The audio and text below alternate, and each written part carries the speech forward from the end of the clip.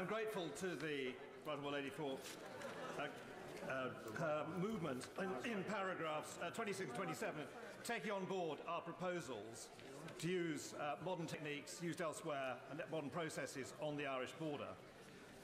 But there is a big but in this. As long as the backstop is in existence in a legally binding document, there is a danger that should talks fail, the backstop becomes accepted.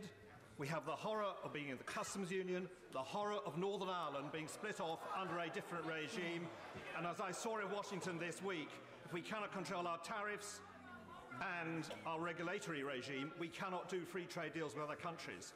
So at this late stage, would she consider withdrawing the backstop from the legally binding draft document and replacing it with the draft trade facilitation chapter and border protocol which we gave her earlier in the week, and making that legally binding so that could become the new backstop? Prime Minister. Can I say to my right honourable friend, and as I indicated, I'm grateful to him and my right honourable friend, the member for Chingford and Woodford Green, for the work that they have been doing on this issue. What we negotiated in the withdrawal agreement was the specific reference to alternative arrangements that enable us to work up those alternative arrangements such that they would be, what the title suggests, an alternative to the arrangements for the backstop, or would enable us to come out of the backstop if it was the case that the backstop had been started, that we had been started down the route of being in the backstop.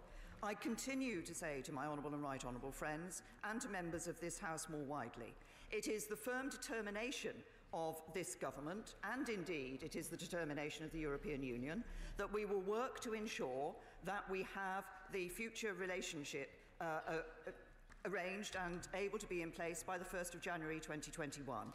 It is not the case, and it indeed is not the case, that there is a sense in which the backstop is automatic. The backstop is not automatic. There are alternatives to the backstop. It will be, and the United Kingdom can choose those alternatives. Now, there are pros and cons. There are pros and cons in these.